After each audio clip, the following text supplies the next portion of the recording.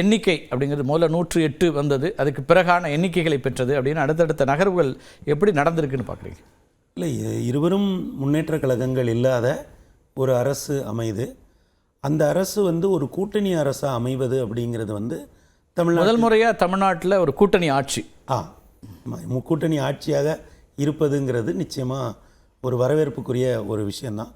அதில் கம்யூனிஸ்டுகள் போன்ற ஏழை எளியோர் பக்கம் இருக்கக்கூடிய ஒரு இயக்கம் மிக முக்கியமான பங்காற்றுகிறது அப்படிங்கிறது மிகப்பெரிய விஷயம்.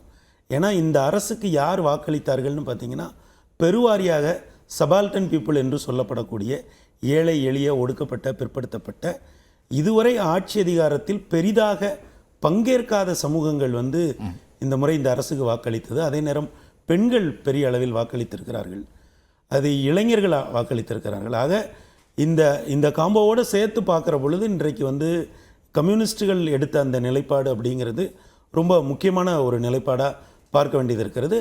கொஞ்சம் தயக்கத்தோடு கடைசி அதில் ஒரு இது கேள்வி இருந்தது, அவங்க ஆட்சியில் பங்கேற்க மாட்டாங்க அப்படிங்கிறது ஏற்கனவே எதிர்பார்க்கப்பட்ட ஒன்றா இருந்தது. ஆதரவு கொடுத்தாலும் கூட ஆட்சி பொறுப்புக்கு வரணும்னு விரும்பாத அந்த கட்சி அல்லது வெளியில் இருப்பாங்கன்னு எதிர்பார்த்தது.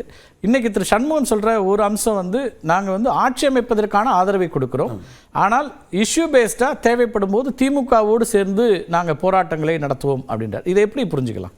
இல்லை, இப்போ அவங்க ஏன்னா ஆட்சியில் பங்கு பெறல, வெளியே இருந்து தான் அவங்க இந்த ஆட்சியை ஆதரிக்கிறாங்க.